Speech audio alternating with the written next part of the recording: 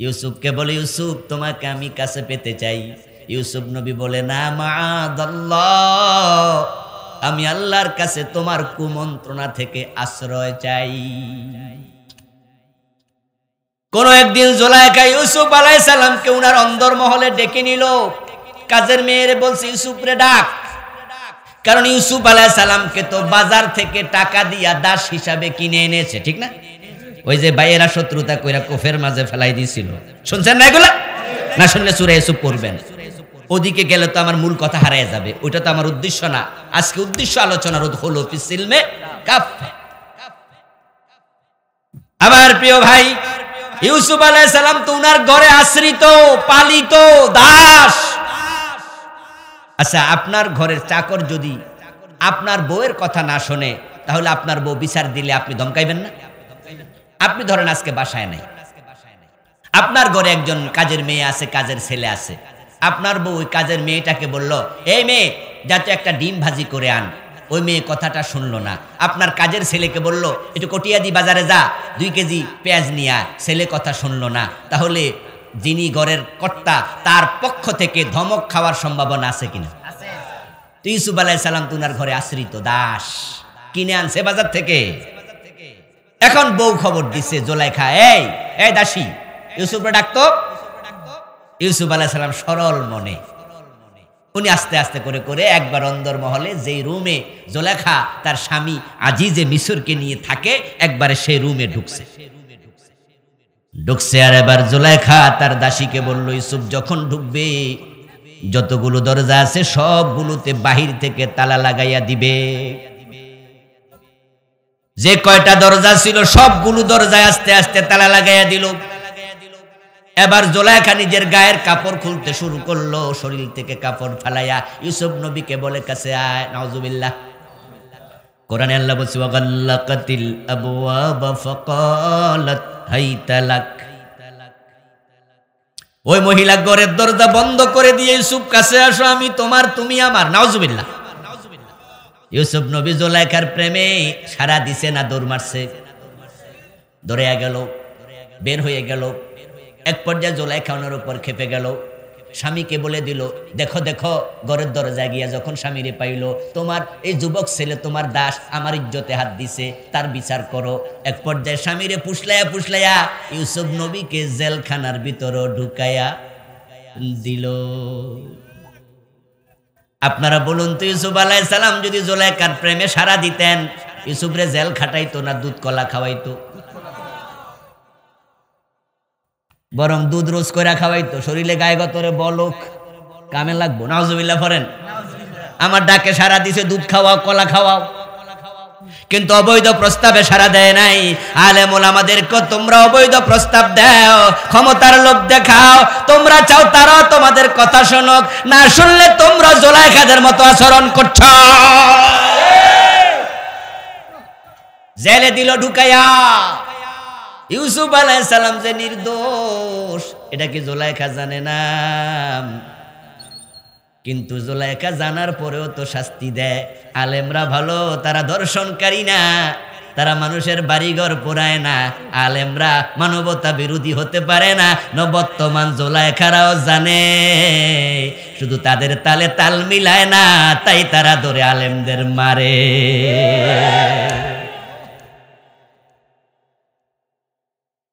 ইউসুফ আলাইহিস সালাম জেল খেটে বের হলেন।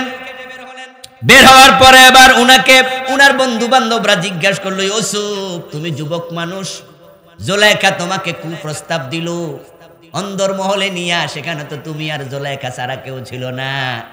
জুলাইখার প্রতি তোমার কি মনের আকর্ষণ তৈরি হয় নাই?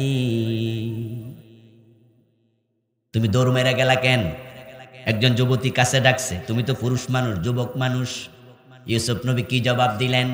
উনার জবাবটা আল্লাহ তাআলা কোরআনের আয়াত বানায়া নাজিল করেছে। ইউসুফ নবী বলেছিলেন, ইন্নান ওয়ামা উবাররিউ নাফসি ইন্নান নাফসা লাআম্মারাতুম বিসসুই ইল্লা মা রাহিমা রাব্বি। সুবহানাল্লাহ পড়েন। 13 পারার প্রথম আয়াত, ওয়ামা উবাররিউ নাফসি, আমি বলি না আমার নফস নিষ্কলুষ। আমার নফস জুলাইখার প্রতি তাড়িত হয়নি, আমাকে উত্তেজিত করেনি। আমি এটা বলবো না, বরং আমি বলবো ইন্নান নাফসা লাম্মারাতুম বিসু, নফস খারাপ কাজে উত্তেজিত করে, আদেশ করে। তবে ইল্লা মা রাহিমা রাব্বি, আমাকেও তাই করেছিল, কিন্তু আমার হেফাজত করেছে কে? আমার রবের রহমত যদি থাকে নফস কোনো ক্ষতি করতে পারে না। তাহলে নবীরা যদি গুনার কাছাকাছি যায়, নবীদেরকে বাঁচায় কে? এই জন্যই তারা মাসুম। এবার বলুন তো, কোন গুনার কাছে আমরা যখন যাই, আল্লাহ নবীদের মতো আমাদেরকে বাঁচায় নাকি? তাই আমাদের গুনাহ হওয়ার সম্ভাবনাও আছে। উদখুলু ফিস সিলমি কাফা, এটা ইসলামের মূলনীতি। ইসলামে আপনাকে পরিপূর্ণ ঢুকতে হবে, ঠিক কি না? রোজাওয়ালা হবেন, সূর্য ডোবা পর্যন্ত রোজা রাখেন। সূর্য ডোবার 2 মিনিট আগে ইফতার করবেন, জেনে বুঝে। 14 ঘন্টার রোজা, 15 ঘন্টার রোজা, 17 ঘন্টার রোজা। পৃথিবীর এমন দেশও আছে যেখানে 22 ঘন্টা রোজা রাখা লাগে। 22 ঘন্টা রোজা রেখেছেন, জানেন যে সূর্য ডোবেনি, এখনো 3 মিনিট 5 মিনিট বাকি আছে, ইফতার করেন, পুরা দিন রোজা বাদ, কোনো ডিসকাউন্ট দেয়া হবে না। রোজা রাখতে চাও, সুম্মা তিম্মুস সিয়ামা ইলাল লাইল, উদখুলু ফিস সিলমি কাফা। একই মাসআলা, একই মাসআলা। ইসলাম থেকে দূরে থাকার সামান্য অধিকার নেই। যদি আপনি আপনার জীবনে 10% 5% শয়তানের অধীনে রেখে দেন, ইন্নাহু লাকুম আদুউম মুবিন, শয়তান আমার আপনার প্রকাশ্য দুশমন। ওই 10%, ওই 20%, ওই 5% ধরে এমন জোরে টান মারবে, বাকি ইসলামে যতটুকু ছিল অতটুকু ও ছুটাইয়া নেবে। এই জন্য আল্লাহ বলছে ইসলামে পরিপূর্ণ ঢোকো, কিছু বাহিরে রাখো না, উপায় নাই, এভাবে জান্নাত পর্যন্ত যাওয়া যায় না। আমার প্রিয় ভাই, আপনাদের এলাকায় যখন মশার উপদ্রব বেড়ে যায়, তখন মশা থেকে বাঁচার জন্য মশারি টানাননি? হ্যাঁ, জোরে কন, টানাননি? আচ্ছা, মশারি যখন টানান, মশারির ভিতরে ঢুকলে আপনি যদি একটা পা বাহিরে রেখে দেন, বাকি অংশ মশারির ভিতরে ঢুকান, মশারা খুশি না বেজার? মশারির ভিতরে মাথা আছে, পেট আছে, হাত আছে, সব আছে, একটা ঠ্যাং শুধু বাহিরে। এলাকার মশা বলবে অতটুকু হলেই চলবে। এখন ওই মশা মিয়া আপনার পায়ে যখন কামড়াবে, ম্যালেরিয়ার জীবাণু হাতে যাবে না, মাথায় যাবে না। এজন্য যদি তুমি মশার ম্যালেরিয়া থেকে বাঁচতে চাও, উদখুলু ফিল মুশারি কাফা।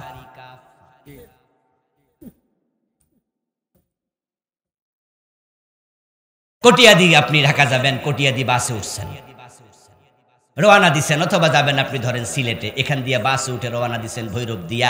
গাড়িতে ওঠার পরে একটা হাত গাড়ির বাহিরে জানালা দিয়ে এমনি বাইর করে রেখে দেখেন, লুকিং গ্লাসে তাকাইয়া ড্রাইভার কেমনে ধমক মারে। ড্রাইভার বলবে, এই হেল্পার, কোথায় রে সুপারভাইজার, যাত্রীর হাত বাহিরে ঢুকা, ভিতরে ঢুকা, বাহিরে হাত রাখছে কেন?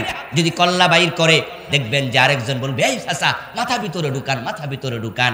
আপনি কইলেন, আরে মিয়া, পুরা বডি তো আছে, মাথা বাইরে থাকলে অসুবিধা কি? বলবে যে ঢাকা যাওয়া লাগবে না, কবরস্থানে যাওয়া লাগবে। নিরাপদে ঢাকা যেতে চান, উদখুলু ফিল বাসে কাফা, বাসে পুরা ঢোকো। নিরাপদে জান্নাতে যেতে হবে, ইসলামে পুরা ঢোকো। শয়তানের কাছে সামান্য রেখো না, একটা কবিরা গুনার কারণে জাহান্নামে যাওয়া লাগতে পারে। রাসূলুল্লাহ সাল্লাল্লাহু আলাইহি ওয়াসাল্লামের একজন সাহাবী, যুদ্ধের মাঠ থেকে তিনি একটা চাদর চুরি করেছিলেন। ওই সাহাবী আবার পরবর্তী কোনো এক যুদ্ধে গিয়ে যুদ্ধ করতে করতে মারা গেছেন। রাসূলের সাহাবী বলছি, শব্দটা ভালো করে শুনবেন। ওমর থেকে বর্ণিত হাদিস, এই বইতে হাদিসটা এনেছি। এখানে 550-এর উপরে আখেরাত নিয়ে লিখেছে হাদিস, 500-এর মতো আয়াত। এমন ডকুমেন্টারি আখেরাতের উপরে বাংলাদেশে আর লেখছে কিনা কেউ আমার জানা নেই, আলহামদুলিল্লাহ। ওমর বলছেন, রাসূলুল্লাহ সাল্লাল্লাহু আলাইহি ওয়াসাল্লামের সামনে আমি হাজির। এই অবস্থায় একজন ব্যক্তি আসলো, এসে বলল, উস্তাদ ফুলান, হে রাসূল, অমুক আজকে যুদ্ধে শহীদ হয়ে গেছে। ওই যে লোক একটি চাদর চুরি করছিল তার ব্যাপারে বলছে, উস্তাদ ফুলানুন, অমুক আজকের যুদ্ধে শহীদ হয়ে গেছে। ফাকালান নবী সাল্লাল্লাহু আলাইহি ওয়াসাল্লাম কাল্লা রাআইতুহু ফিন্নার বিআবাতিন কাদ গাল্লাহা। তুমি বললা অমুক শহীদ হয়ে গেছে, আমি নবী বললাম অসম্ভব, শাহাদাতের দরজা সে পায় নাই, আমি তাকে নিজে জাহান্নামে দেখে এসেছি। কারণ অমুক যুদ্ধে একটা চাদর গনিমতের মাল থেকে চুরি করেছে, ওই গুনাহটা মাফ হয় নাই, সে তাওবা করে নাই। একটা গুনার কারণে আল্লাহ দোজখে দিয়া দিছে। যুদ্ধের মাঠে মরেছে কিন্তু আল্লাহ শহীদ হিসাবে কবুল করে নাই। ও প্রিয় ভাইরা, রাসূলুল্লাহ সাল্লাল্লাহু আলাইহি ওয়াসাল্লাম যাচ্ছিলেন মদিনায় কবরস্থানের পাশে। মাররান নবী সাল্লাল্লাহু আলাইহি ওয়াসাল্লাম বিকবরাইন জাদীদাইন ফাকালা ইন্নাহুমা লা ইউযাবান ওয়া মা ইউযাবান ফি কাবীর আম্মা আহাদুহুমা ইয়ামশি বিন নামিমা ওয়া আম্মাল আখার লা ইস্তাতিরু আম বাউলিহি। মদিনার নতুন কবরের পাশ দিয়ে রাসূল যাচ্ছিলেন, দুটি কবর নতুন। কবরের পাশে রাসূলুল্লাহ সাল্লাল্লাহু আলাইহি ওয়াসাল্লাম দাঁড়ালেন। দাঁড়াইয়া তিনি বললেন, এই দুই কবরে আযাব চলছে। আল্লাহর হাবিবের মুজিজা ছিল, তিনি কবরের উপর থেকে কবরের ভিতরের খবর দেখতেন এবং জানতেন। কবরে শাস্তি হলে চিৎকার নিজের কানে শুনতেন। আল্লাহর হাবিবের কিছু স্পেশালিটি ছিল, যেমন তিনি একদিন নামাজে দাঁড়াইয়া তিনি বলেছেন, এই সাহাবারা, দুজনের মাঝখানে ফাঁকা জায়গা রেখো না, মিলে মিলে দাঁড়াও, আমি নিজে দেখতে পাই সামনে থেকে যেমন পিছন থেকে তেমন। সুবহানাল্লাহ পড়েন। সামনে থেকে যেমন পিছন থেকে তেমন। আমি যখন নামাজে দাঁড়াই আমি তখন পিছন থেকে দেখতে পাই তোমাদের পায়ের যে ফাঁকা জায়গা দুইজনের মাঝখানে, ওখানে শয়তান ছাগলের বাচ্চার সুরত ধরে দাঁড়ায় যায়, দাঁড়ায় কুমন্ত্রণা দেয়। আমি দেখতে পাই পিছন দিয়া। কবরের উপরে দাঁড়ায় রাসূল কবরের ভিতরের খবর জানতেন এবং দেখতেন। এটা মুজিজা, এটা ইলমে গায়েব না, কিন্তু গায়েবের মালিক কে? উল্টা পাল্টা বুঝলে আবার হইব না। কিছু লোক তো আমাদের দেশে আছে, বলে রাসূল গায়েব জানে, পীর সাহেবরা গায়েব জানে, ঈমান চলে যাবে, এটা শিরক। ইলমে গায়েব শুধু কার? লা ইয়ালামুহা ইল্লা হু। আল্লাহর হাবিব বললেন, দুইটি কবরে আযাব চলছে। তারপরে তিনি কোনো একজনকে বললেন, কেউ আমাকে একটা খেজুরের ডাল এনে দেবে নাকি? খেজুরের একটি ডাল এনে দেয়া হলো। রাসূলুল্লাহ সাল্লাল্লাহু আলাইহি ওয়াসাল্লাম ওই খেজুরের ডালের মাথার মাঝে দুটা এরকম পাতা থাকে, দুটাতে দৌড়া টান মারলেন, মাঝখান দিয়া ছিঁড়ে গেল। তারপরে তিনি কবরের মাঝে একটা অংশ এই কবরে আর একটা অংশ ওই কবরের উপর গেড়ে দিলেন এবং তিনি বললেন, লাআল্লাল্লাহ আন ইউখাফফিফা আনহুমা আযাবাহুমা হাত্তা ইয়াইবাসা। সহিহ বুখারীর riwayat।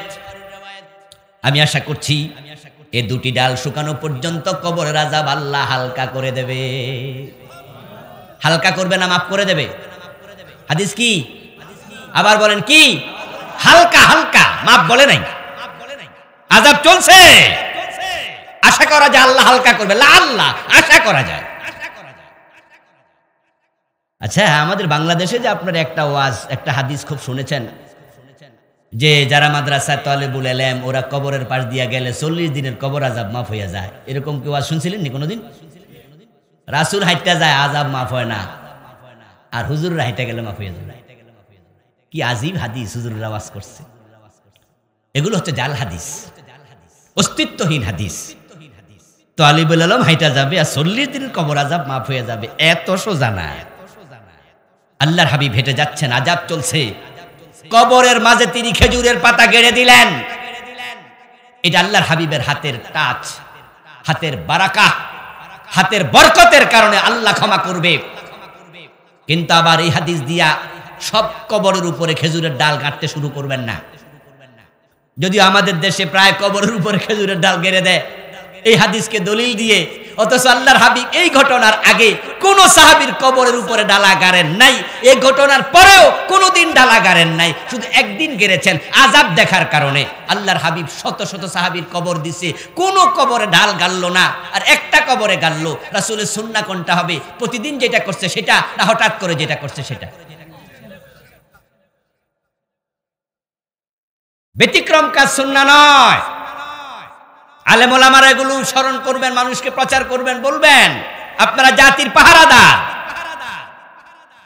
প্রতিদিন যেটা করেছে সেটাই সুন্নাহ, ব্যতিক্রম সুন্নাহ হয় না। আতান নবী সাল্লাল্লাহু আলাইহি ওয়াসাল্লাম সাবাতাতা কওম ফাবালা কাইমা। তিরমিজি কিতাবুত তাহারাত পড়লে পাবেন প্রিয় নবী কোনো একদিন এক কওমের একটি আবর্জনা স্থলে গেলেন, রাসূলুল্লাহর হাজত হয়েছে, প্রস্রাব করবেন। সেখানে যাওয়ার পরে তিনি দেখলেন যে এমন আবর্জনা, এখানে বসে প্রস্রাব করলে কাপড় চোপড় নষ্ট হবে, অথবা এমন শক্ত জায়গা, প্রস্রাব রিফ্লেকশন করে গায়ে পড়বে, প্রস্রাব উল্টা কাপড়ে আসবে। তাই সেদিন তিনি রাসূল দাঁড়ায়া প্রস্রাব করেছেন, ফাবালা কাইমা। এই হাদিস পড়ে যদি আপনি খাড়ায়া প্রস্রাব শুরু করেন, কামটা ঠিক হইব? এটা ব্যতিক্রম ঘটনা। কোন কোন মুহাদ্দিস বলছে রাসূলুল্লাহর এরকুন নেশা রোগ ছিল, হাত পায়ের মাঝে, হাঁটুর মাঝে ওদিন একটা রোগে টান লাগা ছিল, এজন্য সেদিন রোগের কারণে তিনি বসতে পারেন নাই। রাসূলুল্লাহ সাল্লাল্লাহু আলাইহি ওয়াসাল্লাম বলেছেন, মুয়াজ্জিনকে আযান দিতে যখন শুনবে, মুয়াজ্জিন যা বলে তোমরাও জবাবে তা বলবে, মুখে মুখে জবাব দেবে। এটাকে জবাবে কাউলি বলে। যদি কেউ আজানের জবাব মুখে মুখে না দেয়, সে গুনাহগার হবে না, তবে সওয়াব থেকে বঞ্চিত হবে। সুন্নাহ আমল তরক করলো, সওয়াব হলো না। কিন্তু হাইয়া আলাস সালার মর্ম হলো নামাজে আসো, নামাজ পড়ো। কাজের মাধ্যমে নামাজ পড়ে আজানের জবাব দিতে হবে। নামাজ না পড়লে কবিরা গুনাহ। তাই জবাবটা কাজের মাধ্যমে দেয়া, নফল না ফরজ। এতগুলো মানুষ জবাবটা ভালো পাইলাম না। নামাজ পড়া নফল না ফরজ? মুয়াজ্জিন আপনাকে মৌলিকভাবে আজানের মাধ্যমে নামাজের জন্য তো ডেকেছে, ঠিক কিনা? আজানের উদ্দেশ্যই তো হলো নামাজে আসো ডাক দেয়া। মুয়াজ্জিনের ডাকে সাড়া দিলেন, আমল করার মাধ্যমে এটা ফরজ। এখন আল্লাহ ডাকতেছি, ইয়া আইয়ুহাল্লাযীনা আমানু, ও ঈমানদারেরা, উদখুলু ফিস-সিলমি কাফা, ডেকে এবার বলতেছে তোমরা ইসলামে পরিপূর্ণ প্রবেশ করো। এখন আল্লাহর ডাকে সাড়া দিতে হবে কাজ করার মাধ্যমে। আল্লাহ বলেছে ইসলামে পরিপূর্ণ ঢোকো। এখন ইসলামে পরিপূর্ণ প্রবেশ করা নফল না ফরজ? আল্লাহ বলেছে নামাজ পড়ো, নামাজ পড়া ফরজ। আল্লাহ তাআলা বলেছেন রোজা রাখো, রোজা রাখা ফরজ। এখন যদি কেউ নামাজ না পড়ে, আমরা বলি বেনামাজি। কেউ যদি রোজা না রাখে, আমরা বলি বেরোজদারি। এখন ইসলামে পরিপূর্ণ প্রবেশ করো। এখন কেউ যদি ইসলামে অর্ধেক প্রবেশ করে আর অর্ধেক না করে, পরিপূর্ণ প্রবেশ না করে, সে ইসলামী না বে ইসলামী?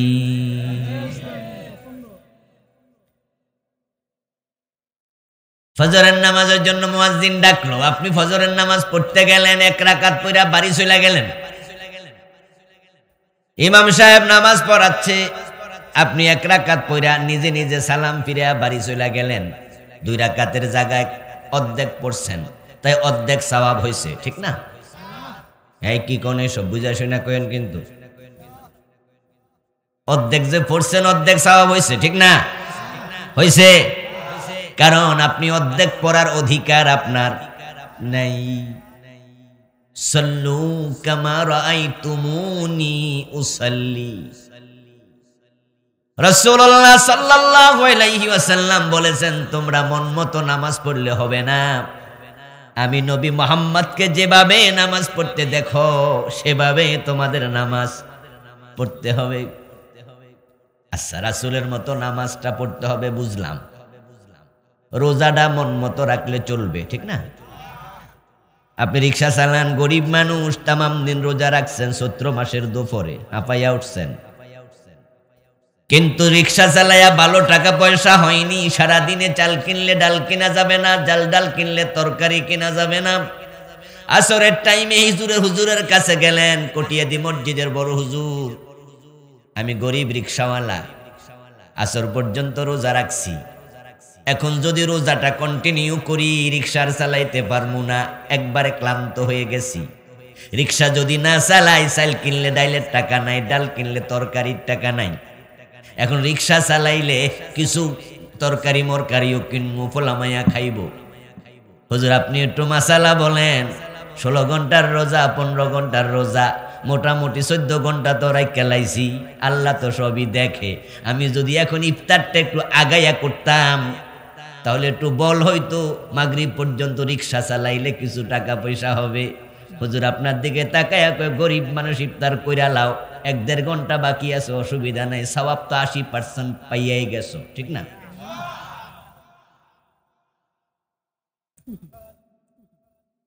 অর্ধেকটা নামাজে সওয়াব নাই, অর্ধেকটা রোজাতে সওয়াব নাই। রাসূলের মতো শুধু নামাজ নয়, পুরা ইসলাম হবে রাসূলের মতো। কালান নবী সাল্লাল্লাহু আলাইহি ওয়াসাল্লাম খুযু আন্নী মানাসিকাকুম। রাসূলুল্লাহ বলছেন তোমাদের দিন, তোমাদের ইসলাম আমি নবী মুহাম্মদ থেকে গ্রহণ করো। এবার নিজেরা বলুন তো, রাসূল অর্ধেক ইসলাম মানছে না পুরাটা মানছে? এখন আমাদের খবর কি? আমরা নামাজও পড়ি, সুদেও টাকা লাগাই। 5 ওয়াক্ত নামাজ পড়ে ঘোষ না দিলে ফাইলে সিগনেচার করে না, এমন অফিসার আছে না নাই?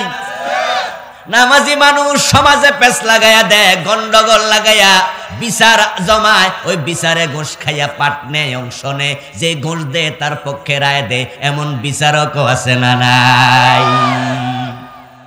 গন্ডগোল হে লাগাইছে, আবার হে বিচারও হে করছে।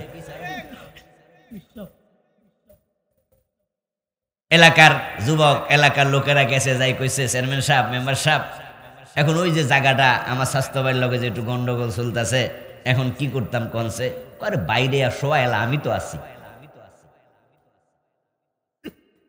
এবার মেম্বার সাহেবের চেয়ারম্যান সাহেবের হেডাম পাইয়া বেড়া যায় স্বাস্থ্য বাইরে ফিডানি মারছে। এখন তো বেড়া মামলা লইয়া থানায় রওনা দিছে। আবার মেম্বার সাহেব ডাইকা নিছে, থানায় যাইস না, বিচারের জন্য আমি তো আছি। স্বাস্থ্য বাইরেও কয় আমি আছি, জেঠ বাইরেও কয় আমি আছি। আমাদের উপজেলা ভাইস চেয়ারম্যান কিছুক্ষণ আগে আপনাদের সামনে রেজাউল করিম শিকদার ভাই বললেন, আপনাদের উপকার যদি করতে না পারি কমপক্ষে ক্ষতি তো করি না। এই কথাটা বলার জন্য বুকে সাহস লাগে, কারণ উনি যদি মানুষের ক্ষতি করে, এখানে দাঁড়ায় এই কথা বললে আপনারা যাওয়ার সময় সমালোচনা করবেন, ঠিক না? বলবেন দেখছো চুরি চুরি আরো সিনা জুরি, উনি আমরা ক্ষতি করে আবার উল্টা কয় কেন? চুপ থাকলেও তো পারে। অথচ সমাজে মানুষের ক্ষতি করছে এমন কিছু জানোয়ার টাইপের মানুষ আছে না নাই? পেছ লাগায় দেয়, সমাজের শান্তি বিনষ্ট করছে। ঘোষ না দিলে ফাইলে সাইন করে না, সুদে টাকায় লাগে, মানুষের হক নষ্ট করে, জুলুম করে, অত্যাচার করে। বাবা মারা গেছে 10 বছর আগে, নিজের আপন বোনের জমিটা বোনকে দেয় না, এমন নামাজিও আছে না নাই? ওর ইসলাম পুরা না অর্ধেকা? অর্ধেকা ইসলাম মানার অধিকার আপনারে দিলটাকে। Islam is the complete code of life. আমরা সবাই ইংরেজি প্রবাদটা কম বেশি জানি। ইসলাম পরিপূর্ণ একটি জীবন ব্যবস্থার নাম। আপনার ধর্ম ইসলামকে আপনি হিন্দুদের মতো খ্রিস্টানদের মতো ধর্ম বানাবেন না। হিন্দুদের ধর্ম হলো 12 মাসে 13 পূজা, মাসে একবার পূজা করবে, বাকি 29 দিনের দায়িত্ব শেষ। একজন হিন্দুকে আপনি বলবেন ব্যবসা নিয়ে তোমাদের হিন্দু ধর্মে কি কি কথা আছে, আমারে 2-1টা হিন্দু ধর্মের কিতাব থেকে উদ্ধৃতি দাও। তোমাদের ধর্মের বই আছে বেদ, মহাভারত, রামায়ণ, গীতা, উপনিষদ। ও মিয়া হিন্দু ভাই, জেনারেল হিন্দু না, সাধারণ হিন্দু না, ঠাকুর টাইপের হিন্দুরে জিজ্ঞেস করবেন তোমাদের বেদে কি আছে? রাজনীতি নিয়ে তোমাদের বেদে কি আছে? অর্থনীতি নিয়ে তোমাদের গীতায় কি আছে? তুমি বলো তোমার ধর্ম তোমাকে এটার ব্যাপারে কি বলেছে, সুদের ব্যাপারে কি বলেছে, ঘোষের ব্যাপারে কি বলেছে। দেখবেন ঠাকুর মশাই চেহারা কালো করে ফেলবে, বলবে এত কিছু আমরা জানি না। 12 মাসে 13 পূজা, ঠাকুর সাহেবের দায়িত্ব শেষ। এ হলো তার ধর্মের নাম। কেমনে টয়লেটে ঢুকতে হবে, কেমনে বের হতে হবে, কেমনে ঘুমাতে হবে, কোথায় থুতু ফেলতে হবে, দাড়ি কটুকু রাখা লাগবে, দাড়ি কেমনে কামায় রাখে, চুল কেমনে রাখে, ইত্যাদি বিষয় জিজ্ঞাসা করবেন। খ্রিস্টান ধর্মের পোপ বলবে জানি না।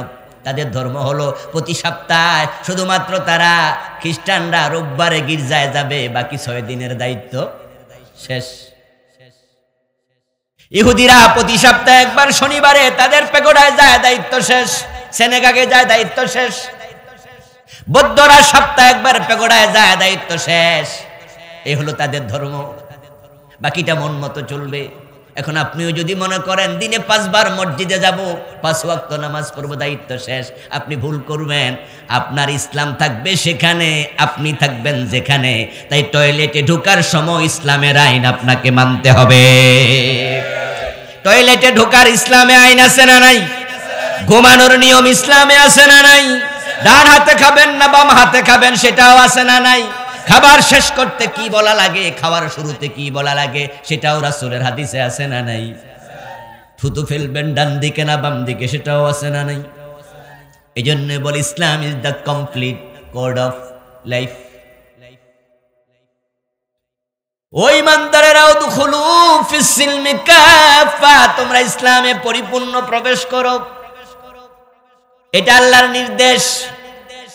এরপর আল্লাহ বলেন ওয়ালা তাত্তাবিউ খুতুওয়াতিশ শাইতান, দেখো শয়তানের পদাঙ্ক অনুসরণ করিও না।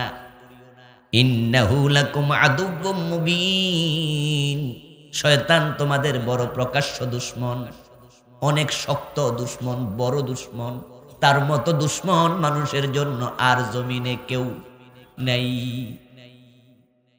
আপনার আমার অনেক দুশমন আছে, ভাই বন্ধুরা দুশমন হয়, পরিবার নিজের আপন লোকেরা দুশমন হয়, আর বিরোধী দল হলে তো বাংলাদেশে খবরই আছে।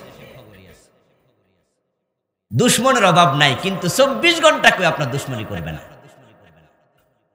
আপনার যদি চূড়ান্ত দুশমনও আপনার পাশের বাড়িতে থাকে, ওই বেটা যখন ঘুমায়া থাকে ওই 6 ঘন্টা কি দুশমনি করে? বেটা যখন নিজের টয়লেটে বইয়া হাজত সারে ওই সময় দুশমনি করে। কিন্তু ইবলিস শয়তান আমাদের দুশমনি করে কয় ঘন্টা? 24 ঘন্টা। এজন্য তার মতো বড় দুশমন জমিনে আর কেউ নাই। ইসলামে পরিপূর্ণ প্রবেশ করো, এই কথা বলার পরে একই আয়াতে ইবলিসের অনুসরণ করো না, এই কথাটা আল্লাহ কেন বললেন? আলোচনা চলছিল ইসলামে পরিপূর্ণ প্রবেশ করো, তোর মাঝখানে ইবলিসের অনুসরণ করিও না, এই কথা ঢুকলো কেন? আলোচনার সাথে সম্পর্ক আছে। আপনি মনে করবেন না দুইটা ভিন্ন অর্ডার, একটা আরেকটার সাথে সম্পর্ক যুক্ত। ব্যাখ্যা করলে বুঝে আসবে। ব্যাখ্যাটা হলো, যদি আপনি ইসলামে পরিপূর্ণ না ঢোকেন, 90% ঢুকলেন, কয় পার্সেন্ট বাদ পড়লো? কথা বলেন, কয় পার্সেন্ট? তাহলে যে 10% আল্লাহর কাছে ঢুকালেন না, ইসলামের কাছে দিলেন না, ওই 10% আলটিমেট শয়তানের হাতে চলে গেছে। এখন শয়তানের কাছে আপনার জীবনের 50% দিলেন, আল্লাহর কাছে 50% দিলেন, শয়তানের কাছে 10% দিলেন, আল্লাহর কাছে 90% দিলেন। আল্লাহ কয় কামটা তুমি ঠিক করো নাই। উদখুলু ফিস সিলমি কাফা, তোমার জীবনের 100% কার কাছে দিতে হবে? কুল ইন্না সলাতি ওয়া নুসুকি ওয়া মাহইয়ায়া ওয়া মামাতি লিল্লাহি রাব্বিল আলামিন। সুবহানাল্লাহ পড়েন। ও নবী আপনি বলুন, আমার নামাজ, আমার কুরবানি, আমার জীবন, আমার মরণ সব কিছু কার? চিৎকার দিয়া বলুন, সবটার মালিক কে? তো আপনার জীবন, আপনার মরণ সবটার মালিক যদি আল্লাহ হয়, তাহলে আল্লাহর কাছে পুরা জীবনটাই সঁপে দিতেই হবে। এজন্য তো ইসলাম অর্থ আত্মসমর্পণ। আমাদের দেশে মানুষ ইসলাম অর্থ কি জিজ্ঞাসা করলেই আমরা ফার্স্ট বলি শান্তি। এটা কিন্তু ঠিক নয়। 1 নম্বরে শান্তি নয়, 1 নম্বরে মৌলিক অর্থ বলতে হবে, তারপরে শান্তিটাও আছে, এটা 2য় নম্বরে আসবে। ইসলামের মৌলিক অর্থ হলো আত্মসমর্পণ করে দেয়া, আর আত্মসমর্পণ করলেই তো শান্তি প্রতিষ্ঠা হবে। আমরা আত্ম মানি নিজ, সমর্পণ মানি সঁপে দেয়া। আত্মসমর্পণ মানি নিজেকে সঁপে দেয়া। আমরা আমাদেরকে সঁপে দিতে চাই কার কাছে? জোরে বলেন না, কার কাছে? আল্লাহর কাছে। যখন আপনি নিজেকে সঁপে দেবেন, তখন শান্তি প্রদানের দায়িত্ব কার? আল্লাহুম্মা আনতাস সালাম ওয়া মিনকাস সালাম। আল্লাহর নামই তো শান্তি, আর শান্তি অবতীর্ণ হয় কার পক্ষ থেকে? এজন্য প্রিয় নবী সাল্লাল্লাহু আলাইহি ওয়াসাল্লাম অমুসলিম রাজা বাদশার কাছে যখন চিঠি লিখেছেন, চিঠিতে সংক্ষেপে লিখেছেন আসলিম তাসলাম। এই হিরাক্লিয়াসের পেছে, ও হিরাক্লিয়াস, রোমের সম্রাট, খসরু পারভেজ পারস্যের সম্রাট, ও মিয়া ইথিওপিয়ার সম্রাট, কি নাম, কি নাম যে মারা গেছে রাসূল গায়েবী জানাজা পড়ছিল, কি নাম? হ্যাঁ, হাবশি বাদশাহ নাজাশি, মনে পড়ল, নাজাশি। আল্লাহর হাবিব চিঠি লিখেছেন আসলিম তাসলাম, আত্মসমর্পণ করো মানে ইসলাম গ্রহণ করো, আল্লাহর কাছে নিজেকে সঁপে দাও, তাসলাম। আমি নবী ঘোষণা দিয়ে দিলাম, নিরাপত্তা পাবে, দুনিয়া শান্তি পাবে, আখিরাতেও জান্নাত পেয়ে যাবে।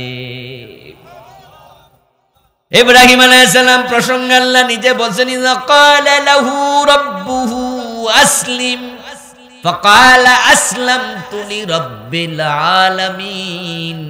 ইব্রাহিমকে আল্লাহ তাআলা বলেন, ও ইব্রাহিম আত্মসমর্পণ করো। ইব্রাহিম কেমনে করব, কখন করব, কেন করব কোনো প্রশ্ন করেন নাই, সাথে সাথে বলে দিলেন আসলামতু লিরাব্বিল আলামিন, জগতের রবের কাছে আমি নিজেকে সমর্পণ করে দিলাম। আচ্ছা, ইসলাম মানে আত্মসমর্পণ, আত্মসমর্পণ মানে হলো নিজেকে সঁপে দেয়া। এবার আপনারা একটু জবাব দিতে হবে, বলুন প্রিয় ভাইয়েরা, নিজেকে যদি আপনি আল্লাহর কাছে সঁপে দেন, আপনার নিজের বলে কি কিছু আর আছে? এখন সবটা কার? মাশাআল্লাহ, জোরে বলেন, সবটা কার? আমি তো আমার নই, সবই তো তোমার, সবকিছু আল্লাহর। তো ইব্রাহিম আলাইহিস সালাম বললেন যে আসলামতু লিরাব্বিল আলামিন, জগতের রবের কাছে আমি আত্মসমর্পণ করেছি, নিজেকে সঁপে দিয়েছি। আল্লাহ বলেন, তাই নাকি? আমার কাছে তুমি নিজেকে সঁপে দিয়েছ? ইব্রাহিম বলে, হ্যাঁ। তাহলে এখন তো তোমার যে সদ্য প্রসূত বাচ্চা ইসমাইল, তাকে তো আর কাছে রাখা যাবে না, তার মাকেও কাছে রাখা যাবে না। আমি জিবরিলকে পাঠাচ্ছি, জিবরিল তোমাকে যেখানে যেতে বলে, তোমার বউকে নিয়ে, সন্তানকে নিয়ে সেখানে চলে যাও। জিবরিল যেখানে রাখতে বলে সেখানে রাখবে, চলে আসবে আবার ফিরে সিরিয়া, পিছনে তাকাতে পারবা না। নিজেকে যদি সঁপে দাও, তাহলে তোমার সন্তান, তোমার স্ত্রী, তোমার বলতে কিছু নাই, সব কিছু কার? সম্পদের মালিক কে? জোরে বলুন। ইজ্জতের মালিক কে? জীবনের মালিক কে? তাহলে সব আল্লাহর যদি হয়, তোমার সন্তান, তোমার স্ত্রী, আমি আল্লাহ বললাম রেখে আসো, জিবরিল যেখানে বলে সেখানে। জিবরিল আসলেন, এসে বললেন যে আমি তো এসে গেছি। ইব্রাহিম আলাইহিস সালাম বললেন, ঠিক আছে, আমার বউ বাচ্চাও রেডি, চলো। হযরত হাজেরা আলাইহিস সালামকে বললেন, ইসমাইলকে কোলে নাও, ও হাজার আমার সাথে চলো। জিবরাইল পথ দেখাচ্ছে, সিরিয়া থেকে চলতে চলতে চলে গেলেন মক্কা। সেখানে আল্লাহর ঘর আজকে যে অবস্থায় আছে সে অবস্থায় ছিল না, শুধুমাত্র ভিটি টুকু বাকি ছিল। কাবার যে মূল অংশ ভিটি, সেটা বাকি ছিল। চারিদিকে পাহাড়, মাঝখানে উপত্যকা, ঢালু ভূমি। এই ঢালু ভূমির মাঝে ফারান নামক উপত্যকা, তখন নাম ছিল ফারান। ওই ফারান নামক উপত্যকায় ঢালু ভূমির মাঝে মাঝখানে একটু আপনার উঁচু জায়গা দেখা যায়, এজন্য এটার নাম কাবা। কাবুন শব্দের অর্থ স্ফীত হওয়া, ফুলে যাওয়া। আমরা যে টাকনু গিরা ধৌত করি, কোরআনে এটাকে কাবাইন বলা হয়েছে, দুই কাবা। ইযা কুমতুম ইলাস সালাতি ফাগসিলু উজুহাকুম ওয়া আইদিয়াকুম ইলাল মারাফিক ওয়ামসাহু বিরুউসিকুম ওয়া আরজুলাকুম ইলাল কাবাইন। কাবুন, কাবানে কাবাইন। এজন্য যুবতী মেয়েদের বুককে কাবা বলা হয়, কাব বলা হয়, ও কাওয়াইবা তরাবা। কারণ একজন যুবক ছেলে যখন যুবক হয়, 15-18 বছরে যায়, তখন তার বুকের যে অবস্থা, একজন 18 বছরের যুবতী মেয়ের বুকের অবস্থা তাই থাকে না। কারণ এই মেয়ের পেটে বাচ্চা হবে, বাচ্চা হওয়ার পরে তার বুকে আল্লাহ দুধ জমা করবে, এটা বাচ্চার খাবারের জায়গা, ঠিক কি না? এই জন্য আমাদের মায়ের বুকে আমাদের খাবার আল্লাহ জমা করেছেন, সুবহানাল্লাহ পড়েন। শুধু পুরুষের দৃষ্টি নন্দনের জন্য নয়, আল্লাহ সৃষ্টির ভেরিয়েশন, হিকমা। আমার প্রিয় ভাইরা, ওই কাব মানে উঁচু জায়গা, জিবরিল আমিন কাবার ওই অংশটুকু দেখালেন। ফারান নামক উপত্যকায় ঘর নাই, বাড়ি নাই, গাছপালা কিচ্ছু নাই, ধুধু মরুভূমি। তখন সেখানে কোনো মানুষের বসবাস ও নেই, কোনো মানুষ সেখানে থাকে না। আজকে যে সেখানে পানি, আজকে যে জমজম, ওই সময় জমজমটাও এভাবে ছিলই না, ইসমাইলের পায়ের আঘাতে তৈরি হয়েছে। সুবহানাল্লাহ পড়ে। আমার প্রিয় ভাইরা, ইব্রাহিম আলাইহিস সালামকে জিবরিল আমিন পথ দেখালেন। তিনি ইসমাইল এবং হাজেরা আলাইহিমাস সালামকে সাথে নিয়ে চলে গেলেন ফারান উপত্যকায় কাবা ভূমিতে। জিবরিল আমিন দেখালেন, আপনার সন্তান, আপনার স্ত্রীকে এখানে রেখে যান। এখানে রেখে যাওয়ার জন্যই আল্লাহ আমারে দেখাইয়া দিছে। সুবহানাল্লাহ। কিপটামি করেন কেন? সুবহানাল্লাহ পড়েন না। বিশাল ব্যাপার। ইব্রাহিম দেখে ডানে বামে সামনে পিছে কেউ নাই, কোনো মানুষ নাই। প্রচন্ড সূর্যের খরতাপে একটু ছায়া নেবে, কোনো গাছপালাও, কোনো ঘর বাড়ির অস্তিত্ব, ইভেন কাবা ঘরটাও নাই, শুধুমাত্র ভিটিটা। এর আগে কাবা বানানো হয়েছিল একাধিকবার, কিন্তু দীর্ঘদিন চলে গেলে ঝড় হয়, তুফান হয়, বর্ষা হয়, বৃষ্টি হয়, বাদল হয়, তখন ভেঙ্গে যেতেই পারে। এর আগে বানানো হয়েছিল, আদম আলাইহিস সালাম বানিয়েছেন, এর আগে ফেরেশতারা বানিয়েছেন, ইব্রাহিমই প্রথম বানাননি, তিনিও বানিয়েছেন। তারপরে আবার ভেঙে গেছে, পরে কুরাইশরাও বানাইছে। কাবা মোট 11 বার তৈরি হয়েছে পর্যন্ত। ইব্রাহিম আলাইহিস সালাম সন্তানকে রেখে দিলেন, স্ত্রীকে রেখে দিলেন, রেখে তিনি চলে আসলেন। আল্লাহ তাআলাকে প্রশ্ন করেন না ইব্রাহিম আলাইহিস সালাম, আল্লাহ সন্তান যে রেখে যাব, ছোট মানুষ, রোদের মাঝে ছায়া পাবে কই? আমার বউটাকে রেখে যাব, খাবার পাবে কই? মাত্র কয়টা খেজুর আমি সাথে দিয়ে গেলাম, 2 দিন 5 দিন 10 দিন 20 দিন পরে খেজুর শেষ হয়ে যাবে। আমি 1 বোতল পানি দিয়ে গেলাম, ওই পানিও তো শেষ হয়ে যাবে। এখন তারা পিপাসায় তো মরে যাবে। মা যদি পিপাসায় কাতর হয়ে যায়, বুকের দুধ শুকায়া যাবে, আমার ইসমাইল দুধ পাইবে কই? আল্লাহ তুমি এই আদেশ কেন করলা? এই প্রশ্নটাও করেন নাই, কারণ আত্মসমর্পণ করার পরে কিছু বলার অধিকার আর থাকে না। قال النبي صلى الله عليه وسلم إنما المؤمن كالجمل الأنف حيثما قيد انقاد। প্রিয় নবী সাল্লাল্লাহু আলাইহি ওয়াসাল্লাম বলেছেন, তুমি যদি মুমিন হও, তুমি মুসলিম হও, তুমি হয়ে যাবে সেই ওটের মতো, যে ওটের নাকের ভিতরে তার মালিক রশি ঢুকাইয়া দিছে। মালিক যদি নাকের ভিতরে রশি ঢুকাইয়া দেয়, ওই ওট মন মতো আর চলতে পারবে না। মালিক টানে যেদিকে, কদম দিতে বাধ্য সেদিকে। আপনি ওটের নাকের ভিতরে রশি ঢুকাইয়া আপনি পুকুরে নামলেন, ওটকে টান মারলেন। ওট যদি মাটিতে দাঁড়ায় থাকে, শুকনা জায়গায় দাঁড়ায় থাকে, আপনার টান বরাবর সে পানিতে না নামে, নাক ছিঁড়ে যাওয়ার সম্ভাবনা আছে কিনা? এই ভাই, নাকের মাঝে কি হাড্ডি আছে নাকি? দেখবেন যে নাকের মাঝে হাড্ডি নেই। এই নাক দেখেন হাড্ডি ছাড়া, এই জন্য ঘুষি মারলে ভেঙে যায় রাতারাতি।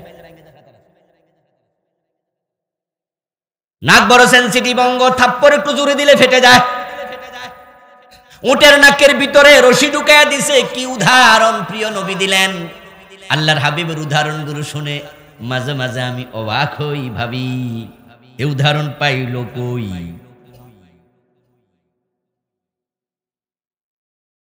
আমার লিখা নতুন একটা বই, প্রসঙ্গক্রমে কথাটা বলছি, এই বইটা আমি গত সপ্তাহে পেয়েছি হাতে, 400 পৃষ্ঠার লেখা, ওহির আয়নায় পরকাল। এই বইটা আমি যখন পরকাল নিয়ে লিখলাম, তখন আমি মিজানের ব্যাপারে একটা হাদিস পেয়ে আশ্চর্য হলাম যে রাসূলুল্লাহ এই উদাহরণ পাইল কই? উদাহরণটা কি? আল্লাহর হাবিব বলতেছেন, যখন আল্লাহ মানুষের আমল ওজন করবে, ফাইন রুজ্জিহাত সাইয়্যাতুহু আলা হাসানাতিহি মিসকালা সুওয়াবা ফায়াদখুলুল জান্নাহ ওয়া ইন রুজ্জিহাত সাইয়্যাতুহু আলা হাসানাতিহি মিসকালু সুওয়াবা ফায়াদখুলুন নারা। বাংলা অর্থ কি এবার আপনারা শুনুন। বাংলা অর্থ হলো রাসূলুল্লাহ বলতেছে আল্লাহ যখন ওজন করবে, ওজন করার সময় যদি কারো উকুনের ডিম পরিমাণ নেকামল বেশি হয় সে জান্নাত পেয়ে যাবে। কি পরিমাণ? এই ভাই কথা বলতে হবে কিন্তু, কি পরিমাণ? আচ্ছা এই উদাহরণ পাইলো কেমনে, মাথায় আইলো কেমনে? কারণ কোরআনে আমরা যত জায়গায় পড়ছি মিসকালু যাররাতিন খাইরান ইয়ারা মিসকালা যাররাতিন শাররান ইয়ারা, এই জাতীয় হাদিসে মিসকালা যাররা, মিসকালা হাব্বাতিন মিন খারদালিন মিন ঈমান, মিসকালা যাররাতিন মিন কিবির, এই জাতীয় শব্দ পেয়েছি। যাররা মানে হলো অণু, যাররা মানে পরমাণু। এখন একজন রিকশাওয়ালার আপনি জিজ্ঞাসা করবেন, ও ভাই পরমাণু কারে কয় বলো দেখি? রিকশাওয়ালা কবে এটা কি খায় না মাথায় দেয়? ঠিক না? আচ্ছা আপনি বুঝলেন যে পরমাণু চিনো না, ঠিক আছে অণু কি জিনিস বলো দেখি। হে বলবে অণু, এটা হবে কি মাইয়ার নাম না ফলার নাম? দেখুন লক্ষ্য করে, অণু পরমাণু শিক্ষিত লোকেরা বুঝবে, অশিক্ষিতরা অনেকে বুঝবে না। কিন্তু বলুন তো উকুনের ডিম, এটা বুঝবে না কেডা? কারণ উকুনের সাথে সব মানুষের পরিচয় আছে। মাথার মাঝে মহিলাদের এমন উকুনও জন্ম নেয় যেটা চোখের পাওয়ার যাদের কম তারা খুঁজেও পায় না। এজন্য যারা একটু বয়োবৃদ্ধ হয়ে যায়, বুড়া শাশুড়ি বৌমারে কয়, ও জোয়ান বৌমা আমার মাথার মাঝে মনে উকুন হয়েছে, তুমি একটু বাচ্চা দাও দেখে। এবার লম্বা চুলের মাঝে এমন কিছু উকুন আছে যেগুলো দেখতে বড় কঠিন, আঙ্গুল দিয়া দইরা তারপরে এমনে টানে টাইনা আনে, আইনা কয় আম্মা পাইছি। তো শাশুড়ি কয় কই? কই ওই যে। কই মানে শাশুড়ি চোখের পাওয়ার কম, ছোট্ট উকুন দেখা যায় না, ওটা নখে তুলে মারে। এবার কানের মাঝে আওয়াজ শুনা কয় বুঝলি ঠিকই পাইছিলা। এবার আপনাদের কাছে আমি জানতে চাই প্রিয় ভাই, যে উকুনটা এত ছোট, ওই উকুনেরও ডিম আছে না নাই? এবার ডিমটা কত ছোট? কি উদাহরণ আমার রাসূল দিলেন, কি অবাক করা উদাহরণ। আসলে ব্যাপারটা হলো রাসূলুল্লাহ তো বানায়া কোনো কথা বলতেন না, যা বলেন সব ওহী, আর ওহী নাজিল করে কে?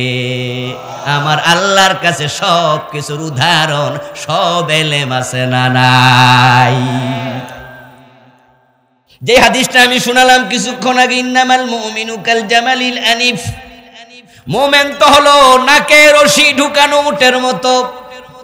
কি পারফেক্ট উদাহরণ প্রিয় নবী দিলেন। মালিক যখন উটের ভিতরে নাকের ভিতরে রশি ঢুকাইয়া দেয়, এবার মালিক যেদিকে যায় উট সেদিকে চলে, কারো মানুষের নাই। আল্লাহ বলতে দেরি, মানতে দেরি করা যাবে না। আল্লাহ পরীক্ষা করলেন, আসলে কি ইব্রাহিম আত্মসমর্পণ করেছে? আল্লাহর পরীক্ষা, ইব্রাহিম তো পাস। আরে বাচ্চা হয় না, ৮৬ বছর বয়স, চুল পেকে গেছে, দাড়ি পেকে গেছে। নবী ইব্রাহিম আল্লাহর কাছে রব্বি হাবলি মিনাস সালিহিন, রব্বি হাবলি মিনাস সালিহিন বলতে বলতে বলতে বলতে বুড়া বয়সে আল্লাহ একটা ছেলে দিছে। আচ্ছা বলুন তো, যাদের ছেলে মেয়ে দেরিতে হয় তাদের প্রতি মহাব্বত কম থাকে না বেশি থাকে? বিয়ার পরের বছর বাচ্চা হইয়া গেছে, বিয়া করার ৮ মাস ৯ মাস পরও বাচ্চা হইয়া যায়। যদি বাসর ঘরে যাওয়ার পরে স্ত্রী কনসিভ করে, ৬ মাসও বাচ্চা হতে পারে, তবে ৬ মাসের আগে হইলে হালাল জাদা হবে না। হামলুহু ওয়া ফিসালুহু ৩০ শাহরা, ৬ মাসের নিচে হবে না। এই আয়াত তার দলিল। আল ওয়ারিদাত ইউরদিনা আওলাদাহুন্না হাওলাইন কামিলাইন, একজন নারী তার সন্তানকে ২ বছর দুধ খাওয়াবে, হাওলাইন কামিলাইন। যদি চেষ্টায় পান করাতে পূর্ণতা, তাহলে ২ বছর। এখন এতে আছে ৩০ শাহরা হামলুহু ওয়া ফিসালুহু ৩০ শাহরা, হামল এবং ফিসাল ৩০ মাস। হামল বলা হয় গর্ভধারণ, ফিসাল বলা হয় দুধ ছাড়ানো। তো মা দুধ খাওয়াবে কয় মাস? ২ বছরের মাঝে কয় মাস হয়? মাশাআল্লাহ, সব অঙ্ক আমার দিয়া করায়েন না, নিজেরও কিছু করেন। ২ বছরে কয় মাস? তো ৩০ মাস থেকে ২৪ মাস বিয়োগ দিলে কয় মাস? ৬ মাস হলো মায়ের পেটে থাকার সর্বনিম্ন সীমা। ৬ মাসের কম কোনো বাচ্চা মায়ের পেটে থাকবে না। যদি এর আগে জন্ম নেয় জীবিত জন্ম নেবে না, এটা অপূর্ণ থাকবে, এটাকে বাঁচায়া রাখা দায়।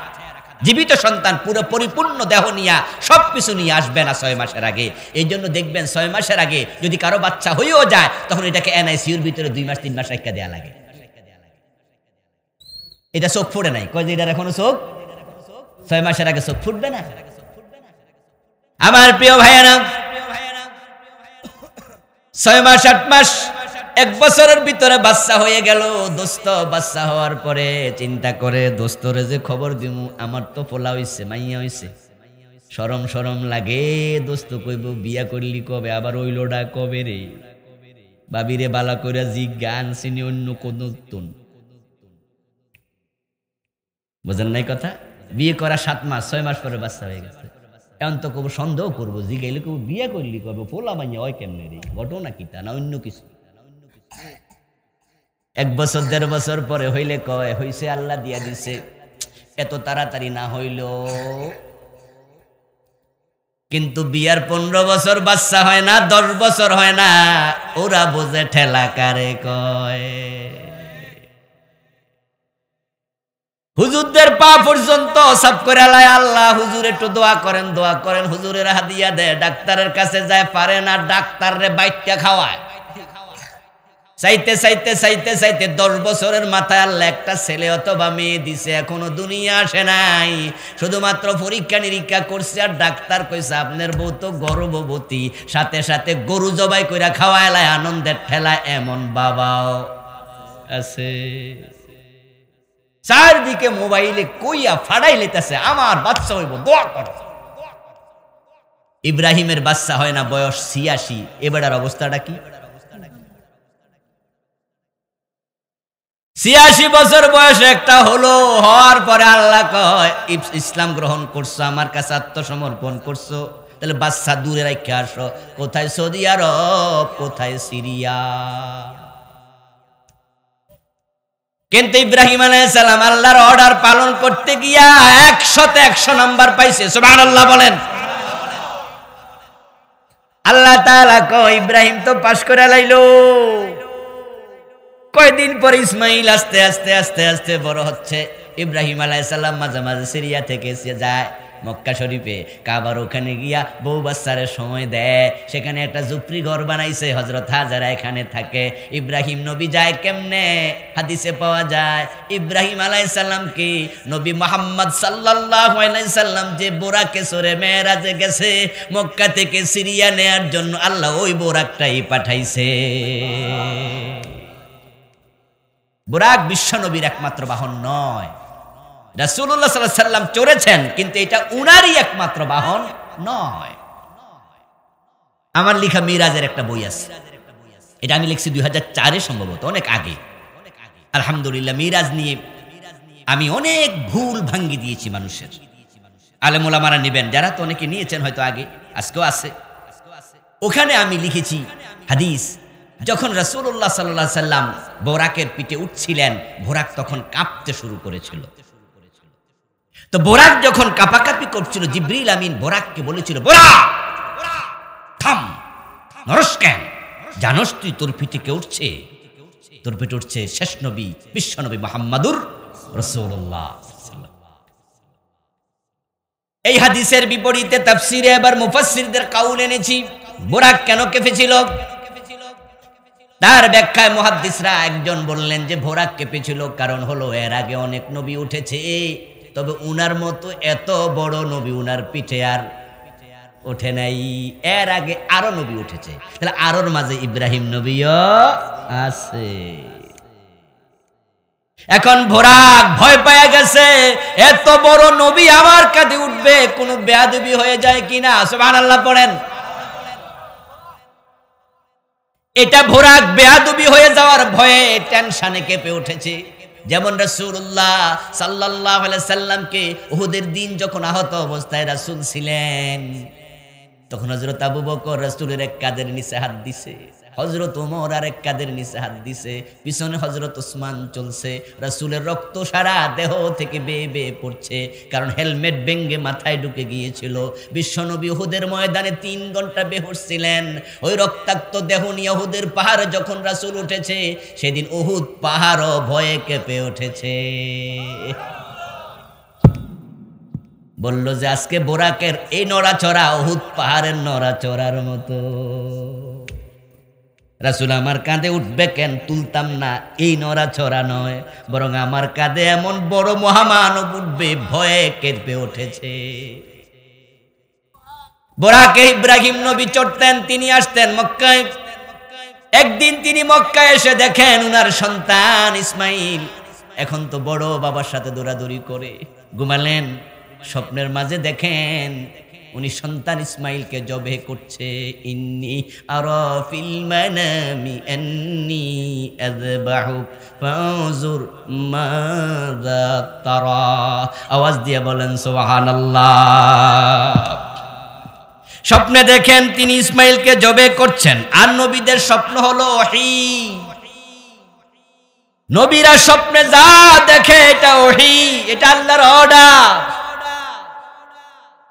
এখন তিনি স্বপ্নে দেখার পরে ছেলে ইব্রাহিমকে ডাকলেন, ডেকে বললেন আমি স্বপ্ন দেখেছি তোমাকে জবে করছি। ও বাবা বলো কি করব?